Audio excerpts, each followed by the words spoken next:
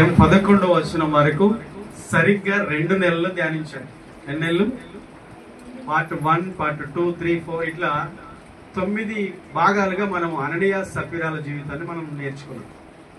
దానికి రిలేటివ్గా భార్యాభర్తల గురించి, అంటే ప్రాముఖ్యంగా అననీయ సఫీరా ఫ్యామిలీ మెంబర్స్ సంఘములో ఉండి వారు అనుసరించిన విధానాన్ని బట్టి ఆ సంఘములో దేవుడు దానికి ఎలా ప్రతిస్పందించాడు ఆదిమ సంఘం నుంచి మనం నేర్చుకుంటూ వచ్చాం. దానికి రిలేటివ్గా మనం చాలా కుటుంబాల గురించి ధ్యానించాం, పాత నిబంధనలో కొత్త నిబంధనలో కూడా. ఓకే, మీకు గుర్తుందో లేదో, మరి సమయం లేదు కాబట్టి మరొకసారి నేను చెప్పడానికి ట్రై చేయట్లేదు. సరే, ఏదేమైనప్పటికీ మనం ఇక 11, 12వ వచనం నుంచి మనం ఈరోజు ముందుకే వెళ్ళాలి. రైట్, ఇప్పుడు 12వ వచనం చదువుదాం. అపోస్తలుల కార్యములు 5వ అధ్యాయము 12వ వచనం. ప్రజల మధ్య అనేకమైన సూచక క్రియలను మహత్కార్యములను అపోస్తలుల చేత చేయబడుచుండెను. హల్లెలూయా. గమనించండి, 11వ వచనం వరకు మనం చదివినాం. అననీయ సఫీరాల చాప్టర్ అనేది అక్కడికి వాళ్ళ యొక్క జీవితంలో దేవుడు ఎలాంటి రియాక్షన్ తీసుకున్నాడో, ఎలాగ దేవుడు స్పందించాడో మనం నేర్చుకున్నాం. పాపాన్ని సహించి ఉండనిచ్చేవాడు కాదు దేవుడు. ఆ విషయాన్ని మనం పోయిన వారం కూడా జ్ఞాపకం చేసుకున్నాం. అంటే దానికి అక్కడ దేవుడు ఇవ్వాల్సినటువంటి జడ్జిమెంట్ ఇచ్చేశాడు. పాత నిబంధనలు కూడా యెహోషువ కాలంలో, లేకపోతే మనము సంఖ్యాకాండము చదువుకున్నాం. విశ్రాంతి దినమున ఒకడు కట్టెలు ఏరుకుంటున్నాడు. పని చేస్తున్నప్పుడు విశ్రాంతి దినమున మీరిన వానికి ఎలాంటి శిక్ష విధించబడింది. అలాగే యెహోషువ కాలంలో ఆకాన్ అనే వ్యక్తి, మరి ఇజ్రాయెల్ ప్రజలు యెరికోను జయించి తర్వాత వారి ముందున్నటువంటి హాయ్ అనే చిన్న పట్టణాన్ని జయించలేకపోవడానికి కారణం ఏంటంటే ఒకడు పాపము చేయడం వలన. అంటే ఆ ఒక్కడు చేసిన పాపమును బట్టి కుటుంబములో అందరికీ కూడా ఓటమి, అపజయం, నష్టం, కీడు, శాపం, ఇజ్రాయెల్ ప్రజలందరూ బాధపడడానికి ఒక్కడే కారకుడైపోయాడు. కానీ దేవుడు ఏం చేసినట్టే ఒక్క పాపమైనా, ఒక్కడు చేసిన పాపమైనా, అది చిన్న పాపమైనా పెద్ద పాపమైనా జడ్జిమెంట్ ఇవ్వాల్సిందే. దాన్ని తీసివేయమన్నాడు. దేవుడు రావడం, వారితో నడవడం ఆగిపోయాడు అనమాట. ఎందుకనంటే మీలో పాపం ఉంది కనుక నేను మీతో రాను అన్నాడు. ఆకాన్ అనే వ్యక్తి ఆ పని చేశాడు. ఏం చేశాడు? శపితమైన దాన్ని దేవుడు తీసుకోవద్దంటే, ముట్టొద్దంటే, తెచ్చుకోవద్దంటే అది తెచ్చేశాడు. తెచ్చి ఆ బంగారం గాని వెండి గాని షీనారు వస్త్రాలు ఎక్కడ పెట్టాడు? తన డేరా మధ్యలో భూమిలో తవ్వి పాతి పెట్టేశాడు.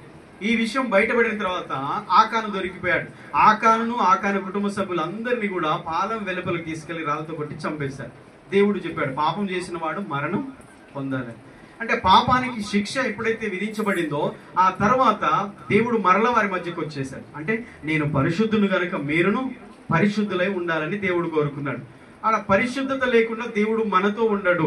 ఒకవేళ మన కుటుంబాల్లో పాపం ఉంటే దేవుడు మన కుటుంబంలో పని చేయలేడు. ఒకవేళ మన ఒక వ్యక్తిగతంగా వ్యక్తి జీవితంలో పాపము చేస్తూ ఉన్నట్లయితే ఆ వ్యక్తితో దేవుడు ఉండలేడు అని మనకి పాఠం నేర్పుతుంది. కాబట్టి దాన్ని తొలగించిన తర్వాతనే దేవుని కార్యాలు ప్రారంభమయ్యాయి. ఇప్పుడు అననీయ సఫీరాలు ఇక్కడ శిక్ష అనుభవించిన తరువాత నెక్స్ట్ 12వ వచనంలో ఇక దేవుడు మరల వారి మధ్యలో పని చేస్తూ ఉన్నాడు. అంటే ఇక్కడ మనం నేర్చుకునేది ఏంటంటే సంఘము అననీయ సఫీరాల మరణం తర్వాత సంఘము కొత్త విషయాలు సాధిస్తూ ముందుకు సాగింది అని మనం నేర్చుకోవచ్చు. అదేనా 12వ వచనం? ప్రజల మధ్య అనేకమైన సూచక క్రియలను మహత్కార్యములను అపోస్తలుల చేత చేయబడుచుండెను. హల్లెలూయా.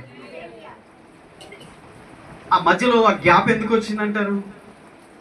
ఎందుకు వచ్చిందంటే సంఘములో ఉన్న విశ్వాసుల హృదయాల్లో కపటము, అబద్ధము, లేకపోతే మోసము విశ్వాసుల హృదయాల్లో ఉన్నట్లయితే దేవుడు పని చేయలేడు. దేవుడు పని చేయడు. మేము ఒక ప్రశ్న అడుగుతాను. ఇప్పుడు మనం కానుకేసాం కదా, మన కానుక ముఖ్యమా, మనం ముఖ్యమా దేవునికి? చెప్పాలి, మీరే చెప్పాలి. నీవు ముఖ్యమా, నీ కానుక ముఖ్యమా? Okay, praise the Lord. అందుకని ఆయన అన్నాడు, హేబేలును అతని అర్పణను ఆయన అంగీకరించాడట. ఆదికాండం 4వ వచనంలో. కయీనును అతని అర్పణను ఆయన అంగీకరించలేదు. ఎందుకనంటే కానుక అర్పణ కంటే ముందు దేవుడు మనిషి తనకు అర్పించే వాని యొక్క హృదయాన్ని దేవుడు చూస్తాడు కదా. ఇప్పుడు అననీయ సఫీరాలు కూడా భూమి అమ్మి ఇచ్చారా ఇవ్వలేదా? కానీ వారు దాన్ని మోసముతో ఇచ్చారనమాట. అంటే సగము కొంత దాచుకొని కొంత, దాని వెలలో కొంత దాచుకొని కొంత తెచ్చాను. తెచ్చిన తర్వాత దాన్ని ఏం చేశారంటే మొత్తం అమ్మినదంతా ఇంతకేనా అంటే ఇంతకేనా అంటే ఇంతకే అంటే అబద్ధాన్ని కూడా నిజముగా దాన్ని నిరూపించడానికి ప్రయత్నం చేశారు. అంటే ఒక వ్యక్తి హృదయం కపటముతో ఉన్నప్పుడు దేవుడు సహించలేడు. చాలా విషయాలు మనం నేర్చుకున్న విషయాలను. కాబట్టి దేవుడు ఎప్పుడు పనిచేస్తారంటే ఒక వ్యక్తి దేవునితో కనెక్ట్ అయినప్పుడు, తన యొక్క హృదయం దేవునితో సరైనదిగా ఉన్నప్పుడు దేవుడు ఆ వ్యక్తితో ఉండగలుగుతాడు. ఆమేన్, హల్లెలూయా. ఇప్పుడు ప్రార్థించే పెదవుల కన్నా, ప్రార్థించే మన నోటి కన్నా ముందు మన హృదయమును దేవునికి అర్పణగా మనం అర్పించుకోకపోతే మన పెదవుల నుండి వచ్చిన పాట, ఆరాధన, ప్రార్థన ఏది కూడా దేవునికి అంగీకార యోగ్యము కాదు.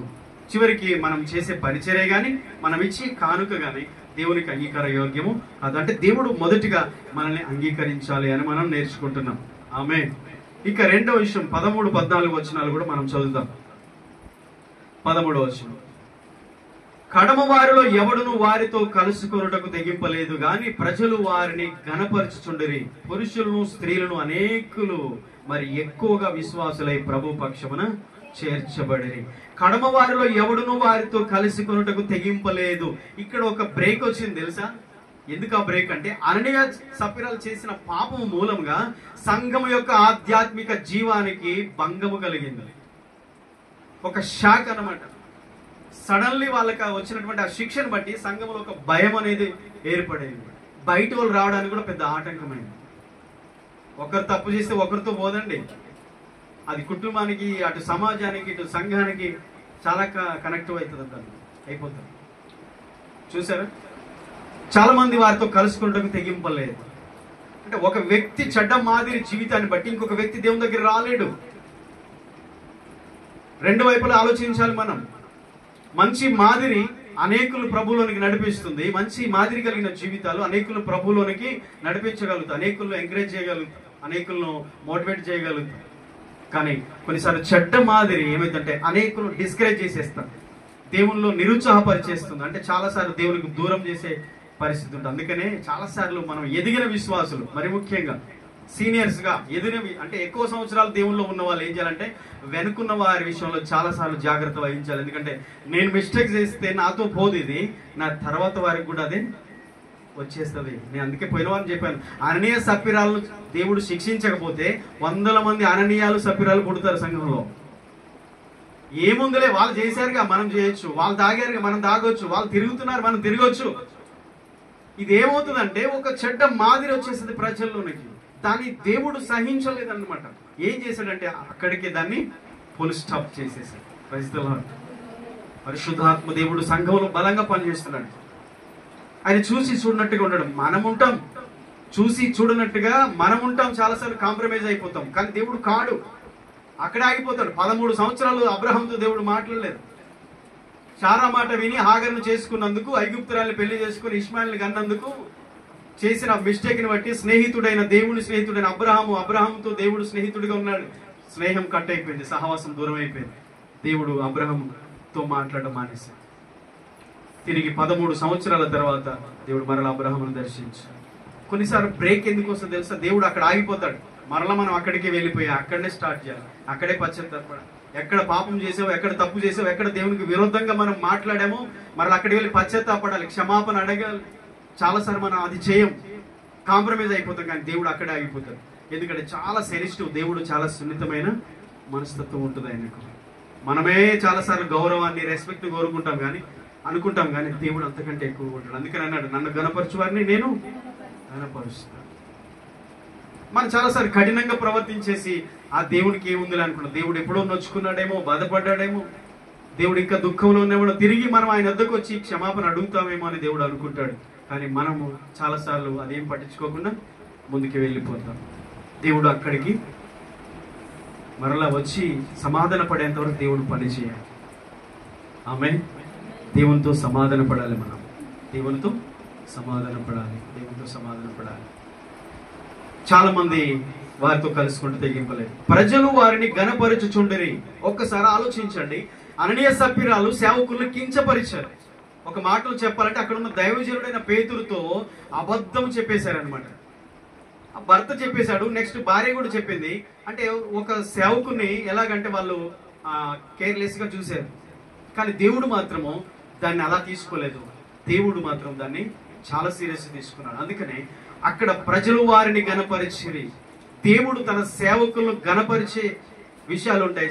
చాలాసార్లు సేవకులు అవమానం పాలు అయిపోయిన పరిస్థితులు కూడా ఉన్నాయి. రాళ్ళతో కొట్టారు, జైల్లో వేశారు, బెత్తాలతో కొట్టారు, నిజంగా చాలా శ్రమలు అనుభవించారు. కానీ శ్రమల్లోనే కొనసాగుతుందా జీవితం? శ్రమల్లోనే కష్టాల్లోనే పోనిస్తాడా? లేదు లేదు. దేవుడు గణపరిచే సందర్భాలు కూడా వస్తాయి.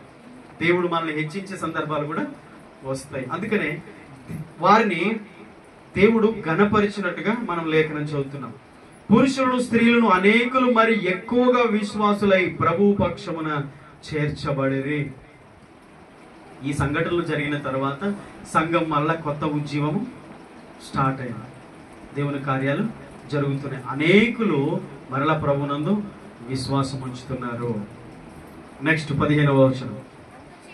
అందుచేత పేతురు వచ్చుచుండగా జనులు రోగులను వీధులలోనికి తెచ్చి వారిలో ఎవరి మీదనైనను అతని నీడైనను పడవలనని మంచముల మీదను పరుపుల మీదను వారిని ఉంచిరి. ఈ వచనాన్ని ఒకసారి మీరు అర్థం చేసుకోండి, జాగ్రత్తగా గమనించండి. దేవుని కార్యాలు ఎలా జరుగుతున్నాయంటే, పేతురు నీడ, దైవ సేవకుల యొక్క నీడ పడినా చాలు రోగులు స్వస్థత పొందుతున్నారంట. అంటే ఆ దినాల్లో దేవుని ఆత్మ సంఘములు ఎంత బలంగా పనిచేస్తున్నాడో చూడండి. ఈరోజు దేవుని ఆత్మ సంఘాలను విడిచిపోయాడా అన్నట్టు అనిపిస్తుంది కదా. అంటే ఏక మనసు లేదు, ఏకాత్మ లేదు, ఏక హృదయం లేదు, అందరు కలిసి ఒక చోట సమిష్టిగా ఉండే తత్వం లేదు, ప్రార్థన లేదు, పరిశుద్ధత లేదు, దైవ నీతి లేదు, సంఘాల్లో యథార్థత లేదు, భక్తిలో మోసకరమైన భక్తి. నిజంగా ఇప్పుడున్న సంఘాలు నేటి లవోదిక సంఘం అంటారు, అంటే సార్వత్రిక సంఘం. ఇప్పుడున్న ప్రపంచంలో ఉన్న క్రిస్టియానిటీని చూస్తే నిజంగా దేవుని ఆత్మ ఉన్నాడా లేదా అర్థం కాని పరిస్థితి. కొన్నిసార్లు భ్రమపరిచే ఆత్మలు వచ్చేసి సంఘాల్లో, అబద్ధ బోధకులు వచ్చేసి అబద్ధ ప్రవచనాలు, అబద్ధ ప్రవక్తలు, చాలా విచిత్రమైన సంఘటనలు జరుగుతున్నాయి. కానీ ఆదిమ సంఘంలో మాత్రం ఒరిజినల్ గా పరిశుద్ధ ఆత్మలు పనిచేస్తున్న సందర్భాన్ని మనం చూస్తున్నాం.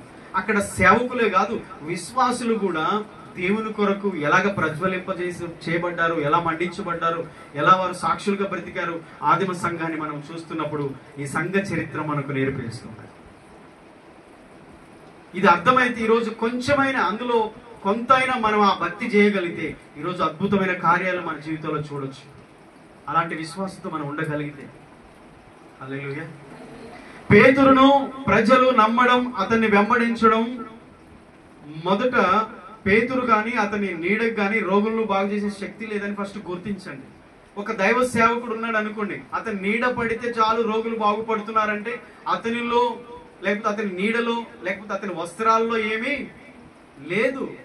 కానీ దేవుని యొక్క నామందల విశ్వాస మూలంగా ఆయన కృప ద్వారానే కార్యాలు జరుగుతున్నాయి. మనం ఆల్రెడీ 3వ అధ్యాయం 12వ వచనం మీకు గుర్తుందా?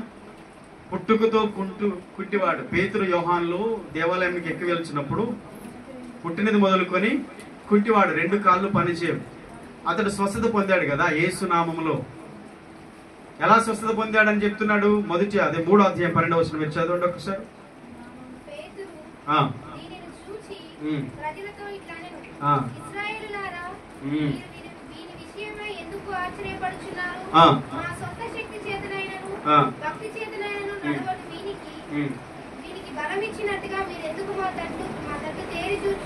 చెప్పి 16వ వచనం చదువును.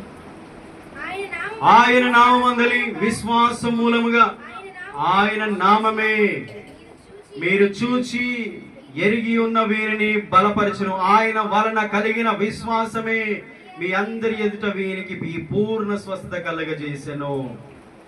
ఆయన నామమే, ఆయన నామందలి విశ్వాసమే. రెండే, యేసు నామంలో శక్తి ఉంది.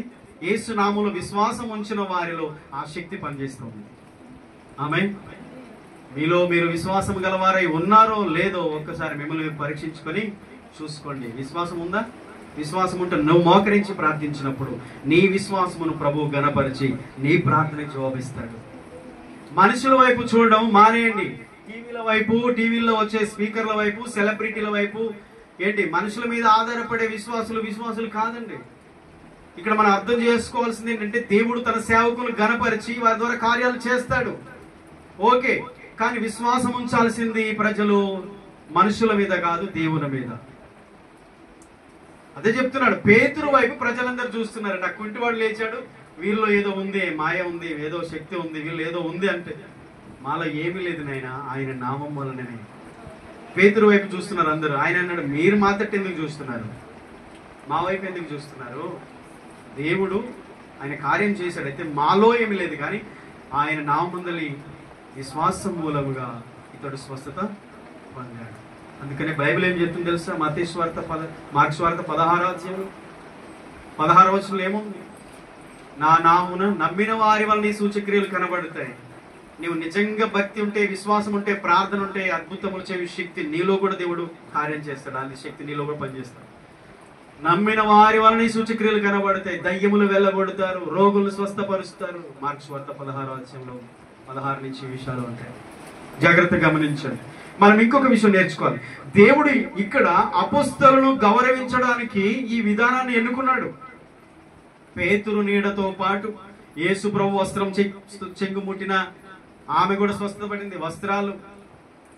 రెండవ విషయం కూడా, అపోస్తలుడైన పౌలు తాకిన చేతి రుమాలు లేకపోతే నడికట్లు, అవి తాకిన వాళ్ళు కూడా స్వస్థత పొందుకున్నారు. అంటే కర్చీఫ్లు ఉంటాయి కదా, ఇప్పుడు కర్చీఫ్లు అవ్వడం స్టార్ట్ చేశారు.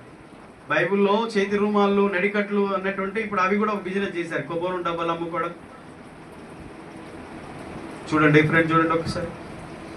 అవి సరైన పద్ధతి కాదని మనం నేర్పిస్తుంది. ఇప్పుడు ఇక్కడ పేతురు నీడ పడినప్పుడు రోగులు బాగుపడ్డారు. లూకా సువార్త 8వ అధ్యాయం 44వ వచనం ఒకరు చదవండి. అపోస్తలుల కార్యములు 19వ అధ్యాయం 12వ వచనం ఒకరు చదవండి. లూకా 8:44 ఒకరు, అపోస్తలులు 19:12. ఆమేన్. తెలుసు కదా ఈ స్టోరీ, మనకు తెలుసు.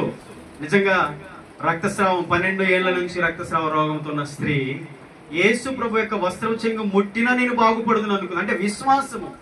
ఆమె విశ్వాసముతో జనసమూహం నుంచి వెళ్ళి ఆయన వస్త్రము తాకినప్పుడు, ఆయన వస్త్రములు తాకినప్పుడు స్వస్థత అయిందా లేదా? ఇప్పుడు 19:12 అపోస్తలుల కార్యములు. పౌలు యొక్క శరీరమునకు తగిలిన చేతి రుమాలును, అయ్యో చదవండి మంచిగా.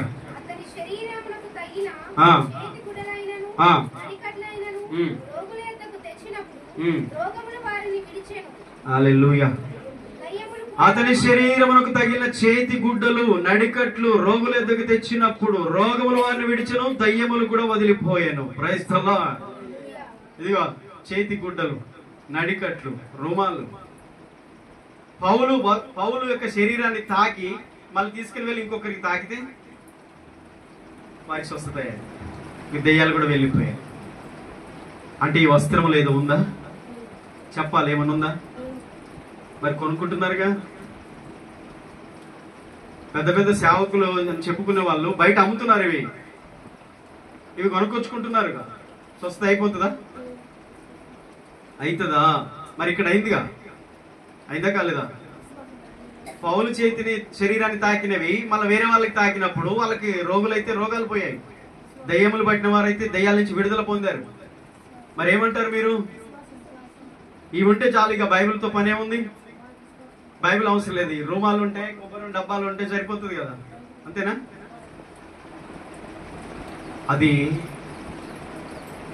ఆ దినమున దేవుడు వారిని అలా గణపరచడానికి అదొక సూచన సందర్భం.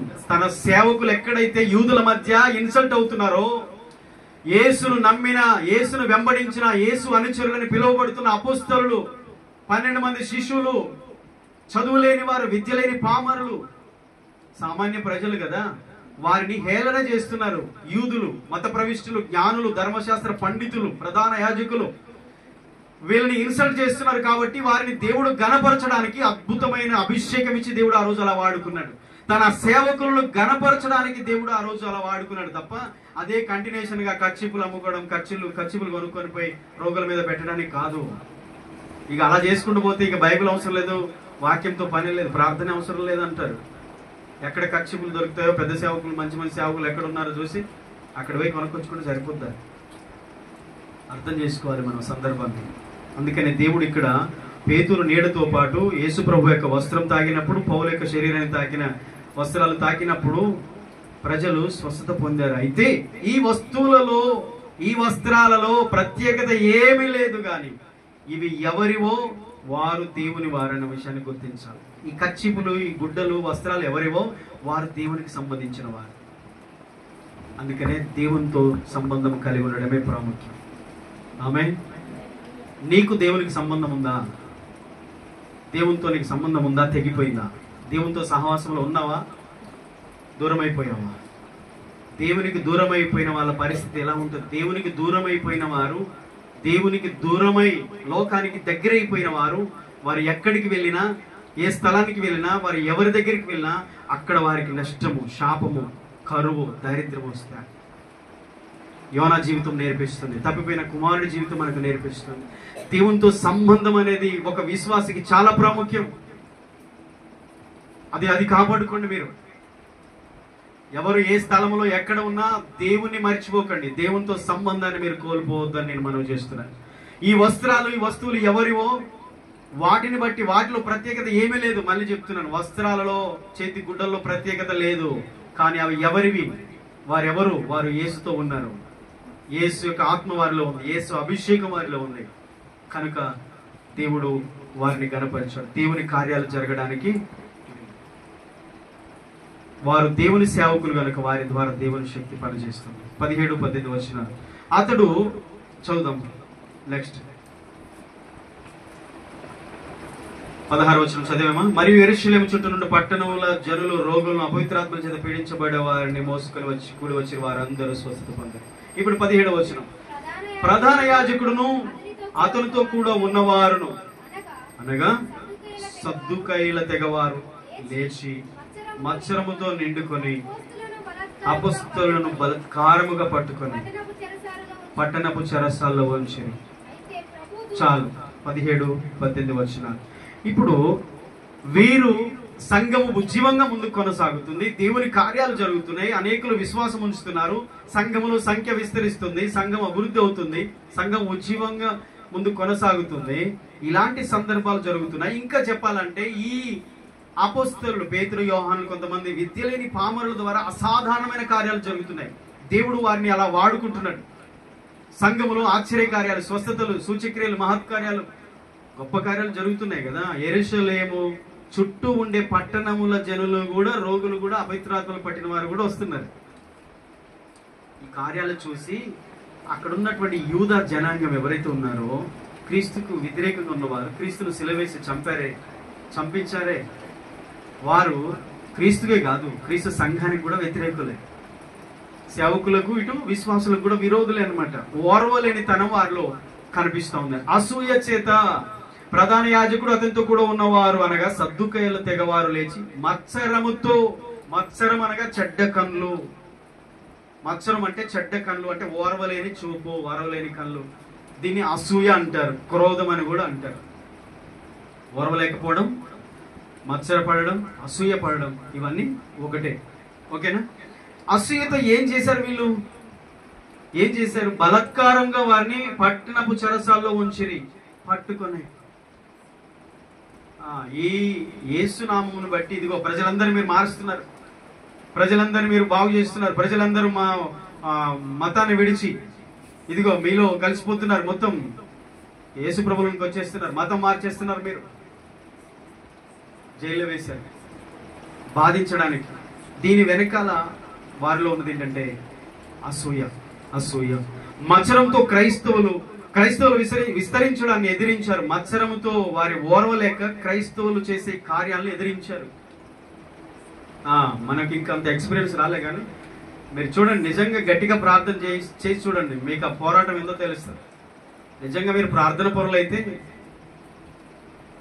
మీకే చెప్పేది, నిజంగా మీరు పోరాటంలో ఉంటే మీకు తెలుస్తుంది. ఎవరికి అందులోకి దిగకపోతే మీకు ఏం ఎక్స్పీరియన్స్ లేనట్టే. ఆ పోరాటంలోనికి దిగిన వారికి అర్థమవుతుంది అనమాట ఎదురు దెబ్బ ఎలా ఉంటుందో. ఇది ఆత్మీయ పోరాటం, ఇది శరీర సంబంధమైన పోరాటం కాదు, ఇది బతుకు తెరువు కోసం చేసే పోరాటం కాదు, ఆత్మలో పోరాటం. దేవునికి సాతానికి భీకర యుద్ధం జరుగుతుంది. ఆల్రెడీ ఇప్పుడు అది ఉంది. దేవుని పిల్లలకు దయ్యం పిల్లలకు ఆల్రెడీ యుద్ధం జరుగుతుంది. అది ఫైనల్ అయిపోతుంది. దేవుడే స్వయంగా దిగి వచ్చి ఆయనే స్వయంగా యుద్ధం చేసే రోజు రాబోతుంది. హర్మేగెద్దోను యుద్ధం అంటే ఆ యుద్ధం ఆల్రెడీ ఇంటర్నల్ గా జరుగుతుంది. ఆత్మల ప్రపంచంలో సాతానుకు దేవునికి, దేవుని బిడ్డలకు సాతాను పిల్లలకు జరుగుతూనే ఉంది పోరాటం. మీరు నిజంగా మోకరించి రోజు 1 గంట ప్రార్థన చేయండి. ఆ పోరాటం ఏందో మీరు టేస్ట్ చూస్తారు, మీకు అర్థమవుతుందా? నిద్ర వస్తుందా? నిద్ర వస్తుందా? మీరు ఏం చేశారు? తప్పు చేశారా? ప్రజల్ని బాగు చేయడం, రోగులు స్వస్థపరచడం, దయ్యాలు వెళ్ళగొట్టడం తప్ప? సువార్త ప్రకటించడం తప్ప? మంచిగా బ్రతకమని చెప్పడం తప్ప? ఏం తప్పు చేశారని పట్టణంలో ఇడుచుకెళ్లి చెరసాల్లో వేసి వాళ్ళని జైల్లో వేసి వాళ్ళని బంధించారు? ఎందుకు శిక్షించాలనుకుంటున్నారు? వారు చేసేది తప్ప? సేవ చేయడం తప్ప? సువార్త ప్రకటించడం తప్ప?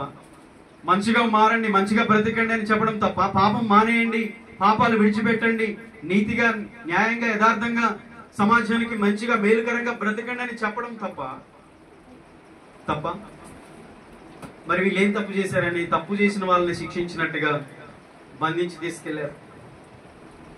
ఓర్వలేనితనం, అసూయ. వారి అధికారం ఎక్కడ పోతుందో అని.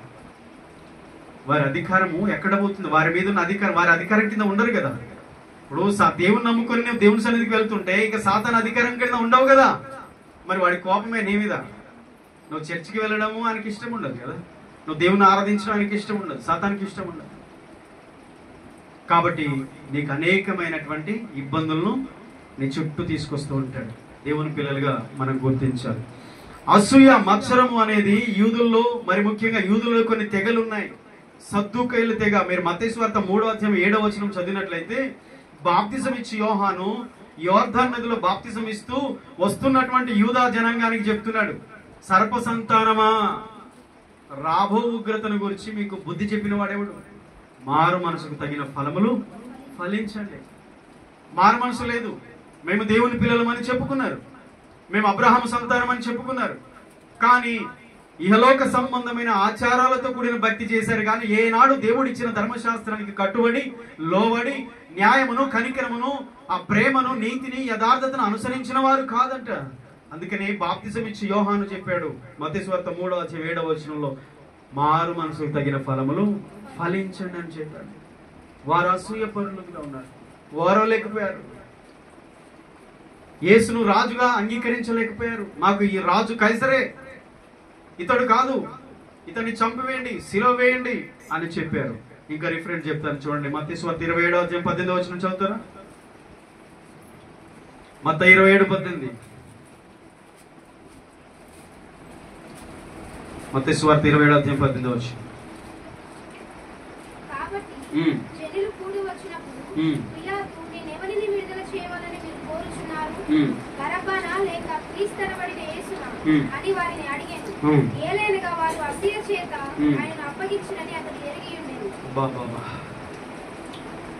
అతడికి అర్థమైపోయింది యేసును ఎందుకు అప్పగించారు.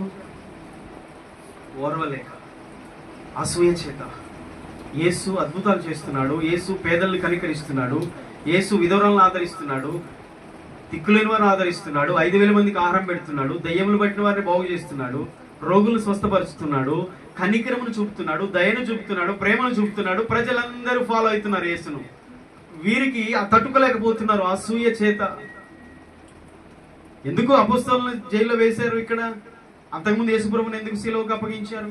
బరబ్బాను విడుదల చేయండి. బరబ్బ మీద ఎందుకు ఇంత కనికరం అంటే, బరబ్బ బందిపోటు దొంగ అయినా సరే యేసు మీద ఉన్న అసహ్య చేత ఒక దొంగనైనా మాకు విడిపించండి, కానీ ఇతన్ని మాత్రం సిలువ వేయండి. ఆ గవర్నర్కి అర్థమైపోయింది యేసును వీళ్ళు ఎందుకు సిలువ వేయమంటున్నారో అర్థమైంది. చూసారా? అసూయ చేతనే యేసును వారు ఆయన్ని సిలువకు అప్పగించారని అతనికి అర్థమైంది. ఇక చూస్తే శరీర కార్యాల్లో కూడా అసూయ ఒకటి. గలతీ పత్రికలో ఉంటుంది 5:26. చదవద్దు కానీ రిఫరెన్స్ రాసుకోండి. గలతీ 5:26, సామెతలు 27:4 ఇదే విషయాలు ఉంటాయి. ఓకే, అపొస్తలుల కార్యంలోకి వద్దాం ఇప్పుడు. కాబట్టి వారు అసూయ చేత, మత్సరము చేత అపొస్తలులను బలాత్కారముగా పట్టుకొని 18వ వచనం, అపొస్తలుల కార్యం 5:18, పట్టణపు చెరసాలలో ఉంచిరి. అయితే 19వ వచనం చూడండి, చదవండి. అయితే ప్రభు దూత రాత్రి వేళ ఆ చెరసాల తలుపులు తీసి వారిని వెలుపలకి తీసుకుని వచ్చి మీరు వెళ్ళి దేవాలయములో నిలవబడండి. చాలు చాలు చాలు. Praise the Lord. హల్లెలూయా.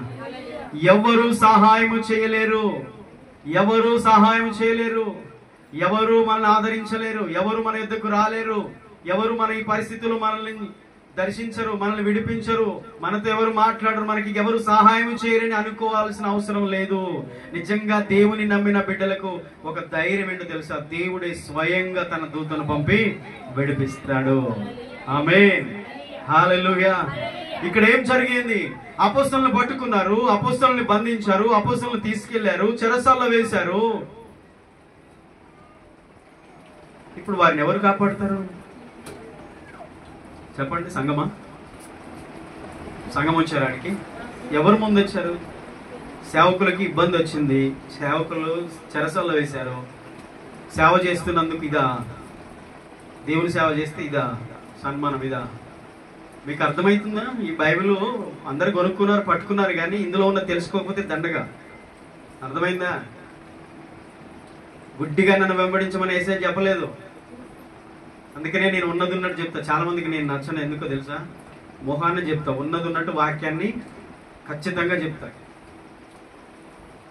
అందుకని చాలా మంది ఇష్టపడరు నా ఉపదేశాన్ని కూడా ఇష్టపడరు. యూట్యూబ్లో కూడా నేను అప్లోడ్ చేస్తున్న వీడియోస్ చాలా మంది వినరు, చాలా మంది ఇష్టపడరు. ఎందుకో తెలుసా? వారికి కేవలము ఎలా ఉండాలంటే కేవలం ఆశీర్వాదం, వారికి ఏమైనా దీవెన, దేవుడు సమృద్ధిగా మమ్మల్ని దీవించాలి, దేవుడు దీవించాలి, దేవుడు దీవిస్తాడు. కానీ దేవుడు దీవెనకు ముందు ఆజ్ఞ పెట్టాడన్న విషయం సోయిండదు వీళ్ళకి. దేవుని ఆజ్ఞను మనము అనుసరిస్తేనే ఆటోమేటిక్ దీవెన వచ్చేస్తుంది. ఇంకొకరు వచ్చి నేను దీవించాల్సిన అవసరం లేదు. నీవు ఖచ్చితంగా దేవుని మాటకు విధేయత చూపితే చాలు, దేవుడు నిన్ను ఆకాశం వాకిండ్లు విప్పి పట్టజాలంతా విస్తార దీవెనలు కుమ్మరిస్తానన్నాడు. ఆయనే చెప్పాడు. ఇంకొకరు చెప్పాల్సిన అవసరం లేదు. నీ చేయి చూసి, నీ ముఖం చూసి, జాతకం చూసి చెప్పాల్సిన అవసరం, నీకు సోది చెప్పాల్సిన అవసరం లేదు. దేవుని నువ్వు ఆరాధిస్తున్నావు, దేవుని వాగ్దానం వాక్యము నీకుంది. ఉన్నదున్నట్టు వాక్యాన్ని మనం విని నేర్చుకుని దాన్ని అనుసరిస్తే చాలు. యేసును నమ్ముకుంటే కష్టాలు రావా? మీరు చెప్పండి. యేసు ప్రభువు నమ్ముకుంటే అన్ని దీవెనలే ఆశీర్వాదాలు ఉంటాయా? కష్టాలతో కూడిన జీవితం ఉండదా? శ్రమలతో కూడిన జీవితం ఉండదా? నిందలతో అవమానంతో కూడిన జీవితం ఉండదా? సహించేది ఉండదా? భరించేది ఉండదా? అలా అయితే మరి రేపు గుడ్ ఫ్రైడేకి ఏం చెప్తారు? ఆయన చనిపోకుండానే లేచాడా? చనిపోయింది మర్చిపోయి లేచిందే చెప్పుకుంటే సరిపోతుందా? చెప్పండి. కష్టాన్ని వదిలిపెట్టి దేవుని కొరకు శ్రమలు భరించకుండా దేవుని నమ్ముకుంటే లగ్జరీ లైఫ్ అని చెప్పి ఈ అబద్ధ బోధకుల మాటలు విని, టీవీలో ప్రసంగాలు చూసి టీవీ బోధకుల మాటలు విని విశ్వాసులు ఏమవుతారు? ఆ సేవకులు ఏమైపోతారు? యేసయ్య అలా చెప్పలేదు కదా, యేసు ప్రభు అపొస్తలులు అలా చేయలేదు కదా. యేసును నమ్ముకున్నందుకు, యేసును అంగీకరించినందుకు, యేసును ఆరాధిస్తున్నందుకు, యేసును ప్రకటిస్తున్నందుకు చెరసాల వేయబడ్డారు. చెరసాల వేయబడినా ఎవరు రాలే, సంఘం రాలే, వాళ్ళ బంధువులు రాలే, వారి కుటుంబీకులు రాలే, రక్త సంబంధులు రాలే. వారికి సహాయం చేయడానికి ఎవరు వచ్చారు? యెహోవా దూత వచ్చాడు, దేవుని దూత వచ్చాడు. నీ పరిస్థితి కూడా ఒకసారి ఆలోచించుకో.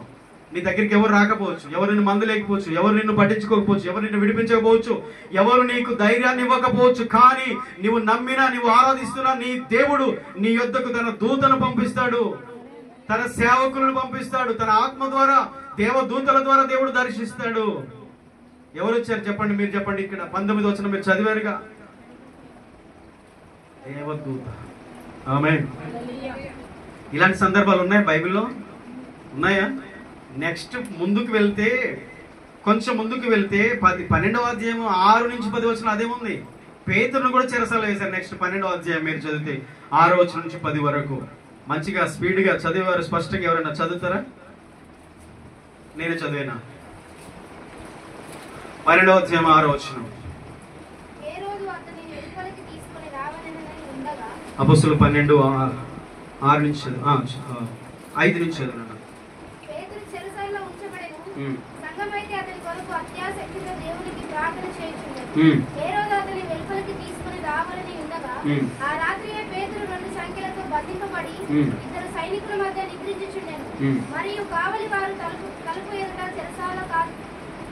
ఆ రాత్రి పేతురు 2 సంఖ్యలతో బంధింపబడి 2 సైనికుల మధ్య నిద్రించుండెను. మరియు కావలి వారు తలుపు ఎదుట చెరసాల కాచుకొనుచుండిరి. ఇదిగో ప్రభుదూత అతని దగ్గర నిలిచెను. అతడుండిన గదిలో వెలుగు ప్రకాశించెను. దూత పేతురు ప్రక్కను తట్టి త్వరగా లెమ్మని చెప్పి అతని లేపగా సంఖ్యలు అతని చేతుల నుండి ఊడిపడెను. చప్పట్లు కొట్టండి గట్టిగా. హల్లెలూయా. ఎవరు వస్తే దిగిపోతాయి సార్ మన బంధకాలు? దేవుడు దిగి వస్తే దిగిపోతాయి. ఎవడు కట్టాడో, ఎలా కట్టబడ్డాయో, ఎలా మనం కట్టించుకున్నామో, మనమే బంధకాలకు వెళ్ళామో, లేదా పరిస్థితులను బట్టి, మనుషులను బట్టి, వ్యక్తులను బట్టి, శక్తులను బట్టి నీకు ఆ పరిస్థితి వచ్చిందేమో, కానీ విడిపించడానికి మాత్రం దేవుని దూత నీ పక్కన నిలిచి నీ సంఖ్యలు తెంపివేయగలడు. హల్లెలూయా. ప్రశాంతంగా పడుకుని తెల్లారితే తల తీసేస్తారు. పేతురు శిరచ్ఛేదనం. నెక్స్ట్ అంతకుముందు యాకోబుని చంపారు, నెక్స్ట్ పేతురు.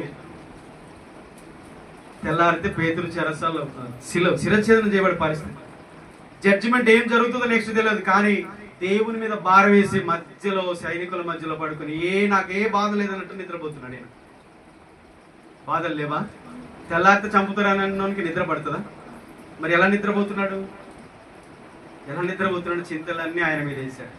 ఈయన మీద వేసుకుంటే నిద్రపోయేవాడు కాదు, వాళ్ళు చంపముందే చచ్చేవాడు. కానీ చింతలు భారం అంతా దేవుని మీద మోపినవాడు ఇలా ఉంటాడు. హల్లెలూయా. మన భారం అంతా యెహోవా మీద మోపితే మనము కూడా ఇలా ఉంటాం. నాకేంటి, ఆయన సేవకుని, ఆయన కాపాడితే ఆయన సేవ చేస్తా, లేకపోతే ఆయన దగ్గర పోయి ఉంటా, నాకేంటంట అన్నట్టుగా ఉన్నాడు. కానీ పేతురు ఆ రాత్రి ఊహించలేదు. దూత తన పక్కన నిలిచి లే అంతే. పేతురు లేపాడు అతని చేతి సంఖ్యలు. నెక్స్ట్ అధ్యాయం అంతా చదివితే చాలా విషయాలు ఉంటాయి. దేవుడు ఎలా ఆ పాత నిబంధనలు కూడా ఒక సందర్భం చెప్తా ఈ సమయంలో మీకు చెప్పాలి. ఆది కాండము 16వ అధ్యాయము 7వ వచనం చదవండి. హాగరు, శారా దాసి అయిన హాగరు, అబ్రహాము భార్య అయిన శారా దాసి అయిన ఐగుప్తురాలైన హాగరు తన కష్టంలో ఉన్నప్పుడు, ఒంటరితనంలో ఉన్నప్పుడు, కుటుంబం నుంచి వెలివేయబడినప్పుడు, శారా ద్వారా నెట్టివేయబడి, ద్వేషించబడి, శారా ద్వారా ఇంటిలో నుంచి తరమబడినప్పుడు ఎవరు ఆమెకి తోడుకున్నాడు అరణ్యంలో? చూడండి, చదువు నాన్న. 16:7.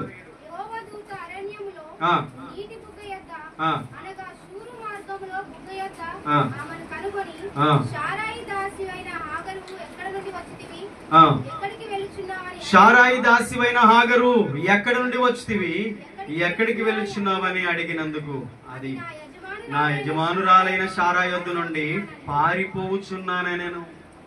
అప్పుడు యెహోవా దూత నీ యజమానురాల యొద్దకు తిరిగి వెళ్ళి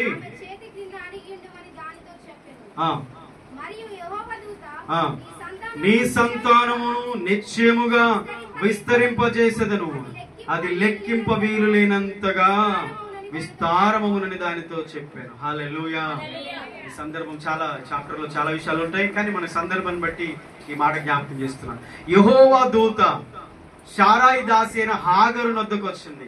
హాగరు పరిస్థితి ఎలా ఉందంటే, తన ఇంటికి దూరం అయిపోయింది, భర్తకు దూరం అయిపోయింది, అరణ్యంలో ఉంది, ఒంటరి, వేదన. అప్పటికి ఆమె ప్రెగ్నెన్సీ, ఆమె గర్భవతితో ఉంది. ఆవేదన, తన జీవితంలో ఒంటరితనము, వెలివేయబడిన తనం. ఇంకేమంటుంది తెలుసా? పారిపోయి వచ్చి తిని, నా యజమానురాల యొద్ద నుండి పారిపోయి వచ్చి తిని. అంటే తరమబడే పరిస్థితి, కొట్టబడే పరిస్థితి, వెలివేయబడిన పరిస్థితి. దేవుడు ఎవరిని దర్శిస్తాడు? మనం అలాంటి పరిస్థితుల్లో కొన్నిసార్లు ఆ సందర్భాల్లో మనం ఉన్నప్పుడు బాధపడాల్సిన అవసరం లేదు. ఆ రోజు అపొస్తలులు కూడా బాధపడలే. కొడతారా కొట్టండి, జైల్లో వేస్తారా వేయండి, చంపుతారా చంపండి, ఆయనను ప్రకటించకుండా ఉండలేం, ఆయనకు సాక్షులుగా బ్రతకకుండా మేము ఉండలేం. వారిలో ఉన్న ఒకటే, యెహోవా దూత దర్శించాడు. హాగరును దర్శించిన దేవుడు, పేతురును దర్శించిన దేవుడు, ఇదిగో అపొస్తలులను జైల్లో ఉన్నప్పుడు దర్శించిన దేవుడు తన దూత ద్వారా ప్రతి ఒక్కరి దేవుడు దర్శిస్తాడు. ఆమేన్. అంత మాత్రమే కాదు, ఆయన విడిపించే దేవుడు. గుర్తుపెట్టుకోండి, విడిపించే దేవుడు. ఎన్నాళ్ళు ఇంకా ఈ బంధకాలు, ఎంతకాలము ఈ వేదన, ఎంతకాలము, ఎన్ని నెలలు, ఎన్ని సంవత్సరాలు అనుకుంటామేమో. ముగింపు ఒకటి ఉంది. దేవుడు విడుదలిచ్చే సమయం ఒకటి ఉంది, దేవుడు సమాధాన పరిచే సమయం ఒకటి ఉంది, దేవుడు హెచ్చించే సమయం ఒకటి ఉంది, దేవుడు ఆశీర్వదించే సమయం ఒకటి ఉంది. ఏ యజమానురాల యొద్ద నుంచి పారిపోయి వచ్చిందో ఆ యజమానురాలకి ఎంత ఆస్తి ఉందో, ఎంత ఆశీర్వాదం ఉందో అంత ఆశీర్వాదాన్ని దేవుడు ఇచ్చాడు. చదివారా మీరు అక్కడ? 10వ వచనంలో, మరి యెహోవా దూత అంటూ, నీ సంతానమును నిశ్చయముగా విస్తరింపజేసేదను. హాగరు నేను ఒక్కదాన్నే, ఒంటరిదాన్నే. కానీ దేవుని దూత అంటున్నాడు, విస్తరింపజేస్తా నీ సంతానం. హల్లెలూయా. నీ సంతానం విస్తరింపజేస్తా, అది లెక్కింపవేయలు లేనంతగా విస్తారమవునని దానితో చెప్పాను. నీ సంతానాన్ని దేవుడు విస్తరింపజేస్తానన్నాడు. దేవుడు నేను వృద్ధి చేస్తానన్నాడు. హాగరుతో యెహోవా దూత పలికిన మాట. ఇంతకీ యెహోవా దూత ఎవరు? హాగరుతో మాట్లాడే దూత ఎవరు అనుకుంటున్నారు? మనిషి కుమారుడిగా ఈరోజు మన కొరకు ప్రాణం పెట్టిన దేవుడైన, సృష్టికర్త అయిన, సర్వోన్నతుడైన యేసుక్రీస్తే ఆయా సందర్భంలో ఆయన యెహోవా దూతగా కూడా ప్రత్యక్షమవుతూ వచ్చాడు. ఆమేన్, ఆమేన్. కాబట్టి తన ప్రజలకు పరిచర్య చేయడానికి దేవుడు తన దూతలను పంపుతాడు. నోట్ చేసుకోండి, తన ప్రజలకు పరిచర్య చేయడానికి. మీకు తెలుసా, 40 రోజులు ఫాస్టింగ్ తర్వాత యేసు ప్రభు దగ్గరికి వచ్చి ఆయన్ని బలపరిచింది ఎవరు తెలుసా? చదవండి, 4వ అధ్యాయం మత్తయి సువార్త, 4వ అధ్యాయం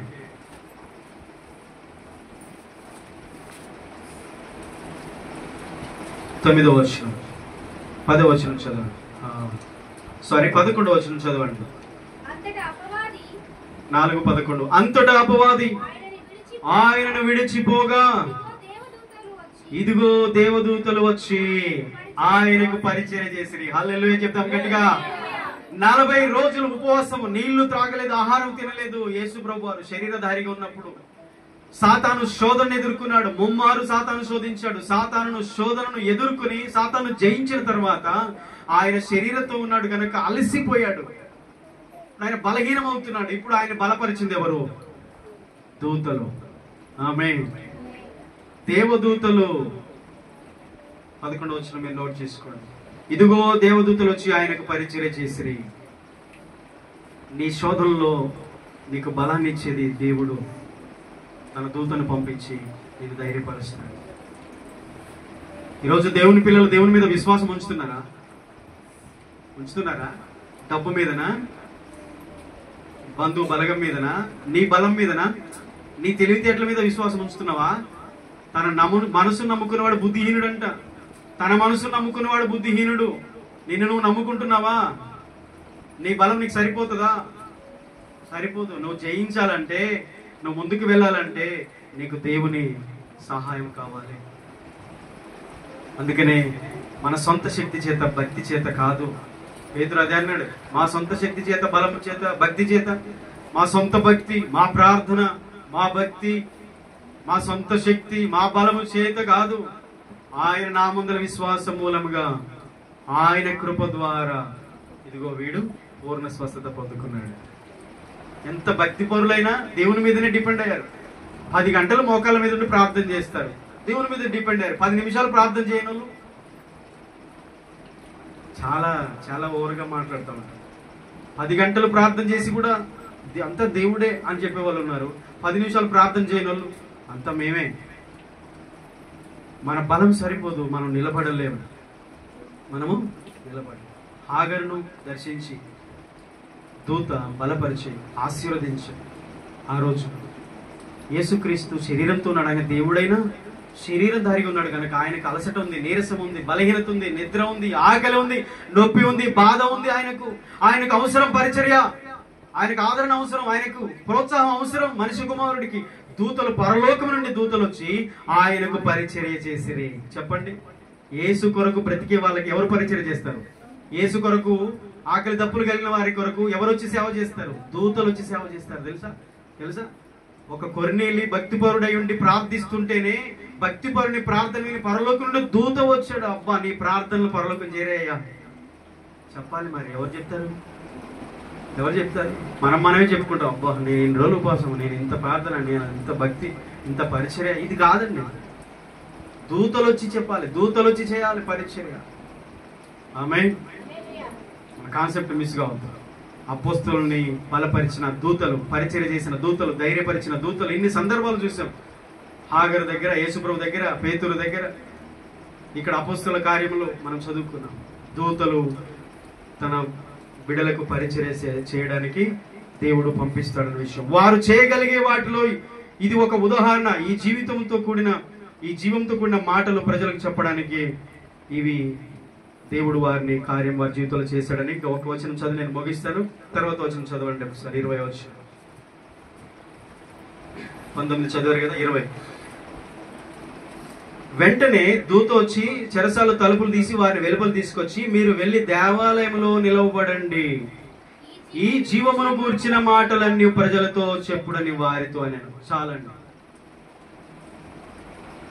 ఇక్కడ వరకు మనం నేర్చుకున్నాం. జాగ్రత్త గమనించండి. విడుదల ఇచ్చింది ఎందుకు?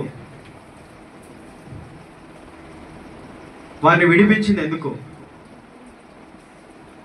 ప్రభుదూత వారు చెరసాల నుండి వారు విడిపించబడ్డానికి తీసుకొచ్చి విడిపించి చెరసాల తలుపులు తీసి మీరు వెళ్ళి దేవాలయంలో నిలవబడండి అని చెప్పింది.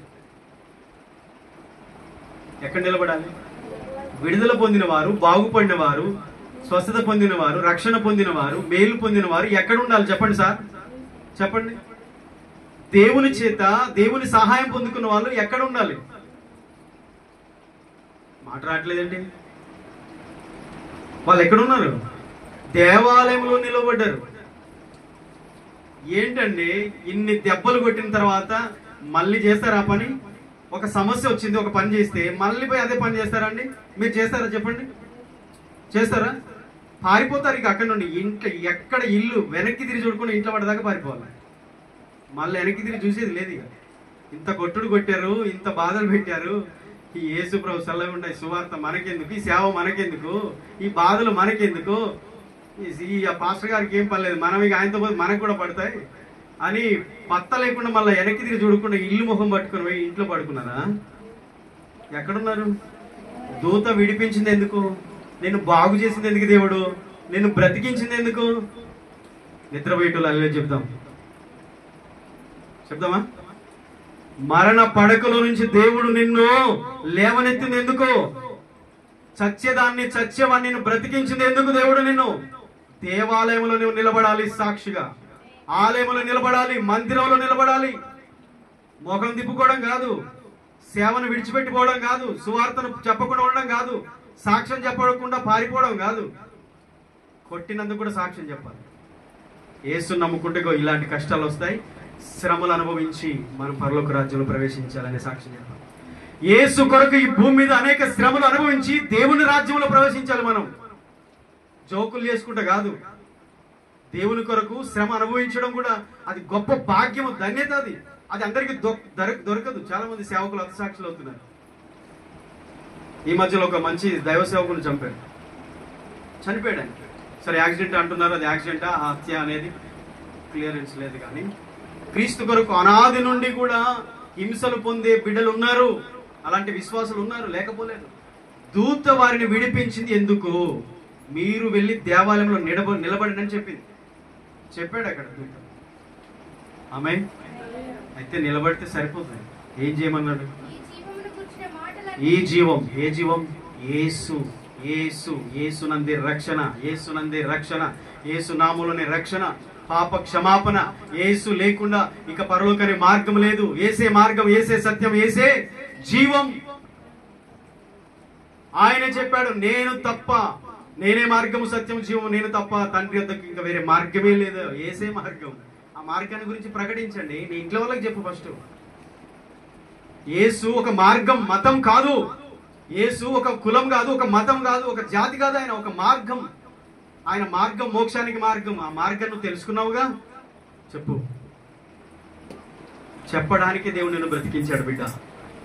ఆయన గురించి నువ్వు చెప్పడానికి ఇంకా బతికున్నావు. ఎందుకోసం బతికున్నావు? ఎందుకొరకు యేసయ్య నువ్వు రక్షణ పొంది యేసయ్యని రక్షకుడిగా అంగీకరించి ఇంకా సజీవంగా ఉన్నావు? ఎన్ని కీడుల నుండి, మరణాల నుండి, అపాయం నుండి, ఆపద నుండి, రోగాల నుండి ఎందుకు నేను దేవుడు కాపాడుతూ వస్తున్నాడు?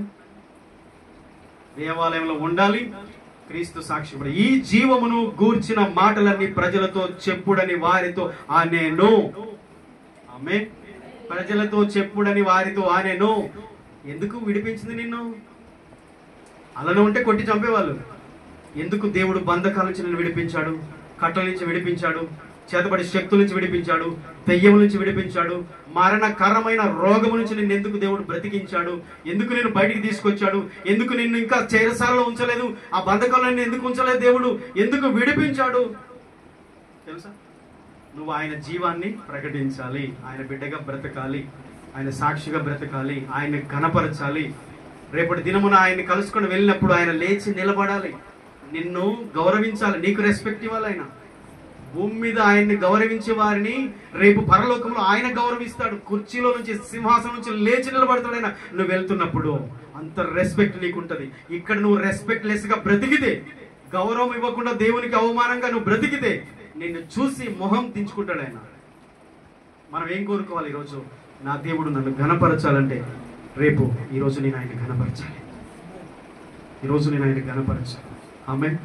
నేను ఎక్కడ ఉంటేంటి, ఏ ప్రాంతంలో ఉంటేంటి, ఏ దేశంలో ఉంటేంటి, ఏ స్థితిలో ఉంటేంటి, నేను ఏ కష్టాల్లో, ఏ బాధలో ఉంటేంటి, దేవుడు విడిపిస్తాడు, విడిపించాడు, ఎన్నోసార్లు విడిపించాడు. ఒక్కసారి ఫీడ్బ్యాక్ చూడండి, మీరు మీ జీవితాన్ని ఒకసారి చూసుకోండి. ఈరోజు ఈ స్థితిలో నీవు ఉన్నావంటే ఎప్పుడో చచ్చిపోవాల్సిన దానివి, ఎప్పుడో చావలసిన వాడివి. మనం బ్రతికే అర్హత లేదు. ఆయన కృప మనకు ఇంకా కనికరము, దయ మన పట్ల చూపుతున్నాడు. ఈరోజు ఒక స్థితిలో ఉంచాడు, ఇంకా బ్రతికున్నాం. చనిపోవాలి ఎన్నోసార్లు ఆలోచనలు వచ్చాయి, ఎన్నోసార్లు చనిపోవాలనుకున్నాం. ఆయన మనతో ఆయనకి ఇంకా పని ఉంది, ఇంకా బ్రతికించాడు. ఏ పరిస్థితి ఏదైనా నేనేం చేయలేదు, దాటొచ్చావు నువ్వు. దేవుడు నిన్ను కాపాడలేదా? ఆయన హస్తం నీకు తోడుగా లేదా? మీరు నమ్ముతున్నారా? దేవుని హస్తం మనకు తోడుగా ఉంది. ఆమేన్. ఆయన హస్తం మనకి ఇంకా తోడుగా ఉంది. ఆయన్ని బట్టి ధైర్యం, ఆయన బట్టి ధైర్యం ఉంది. వీరికి ఏ ధైర్యం ఉంది? అపొస్తలుల గురించి చదువుకున్నాం. ఆయనను బట్టి ధైర్యంగా ఉన్నారు కనుక ఆయనే వచ్చి, ఆయన దూతను పంపించి వారిని చెరసాల నుంచి విడిపించి తీసుకెళ్లి మందిరంలో, దేవాలయంలో నిలబెట్టాడు. మీరు ఇప్పుడు ప్రకటించండి. తర్వాత జరిగిన సంగతులు చూస్తే మీరు ఆశ్చర్యపోతారు. వాళ్ళకి మైండ్ బ్లాక్ అయిపోయింది. మనము రాత్రి చెరసాల వేసి తాళాలు గట్టిగా వేసాం. తెల్లారేసరికి వీరు లేరు. ఎక్కడున్నారని ఎదిగితే ఒకడు వచ్చి చెప్పాడు, అదిగో దేవాలయంలో మళ్ళీ స్వార్థ ప్రకటిస్తున్నారు. తాళాలు వేసినట్టే ఉన్నాయి. ప్రజలకు అర్థం కాదు, అయోమయమైపోతారు, కలవరపడిపోతారు. నీ జీవితంలో దేవుడు నీకు తోడుగా ఉండి నిన్ను నడిపించే విధానం చూసి నీ పక్కన ఉన్న వాళ్ళకి అర్థం కాదు. కాబట్టి ఎప్పుడు ప్రజల మనసులు, సమస్యలు, పరిస్థితులు చూసి ఏడ్చుకుంటూ కృంగిపోయి అలా ఉండకండి. దేవుని బట్టి ధైర్యం తెచ్చుకోండి. దేవుడు హాగరును, పేతురును, అపోస్తలును, యేసు ప్రభువును ఆయా సందర్భాలు మనం చూస్తాం. ఆయన దూతలు వచ్చి ఎలా పరిచయం చేశారు, ఎలా ఆదుకున్నారు, ఎలా ధైర్యపరిచారు, ఎలా వారిని ఆశీర్వదించారు, ఎలా వారిని లేవనెత్తారు, ఎలా వారిని సాక్షులు నిలబెట్టారు. దేవుని దూత ఈరోజు మనకు తోడుగా ఉండడా? మీరందరికీ దేవుని దూత వచ్చి కాపాడి పరిచయం చేసి బలపరిచిన దూత మనకు ఉండడా? మనతో ఉండడా? ఉన్నాడు. ఆమేన్, ఆమేన్.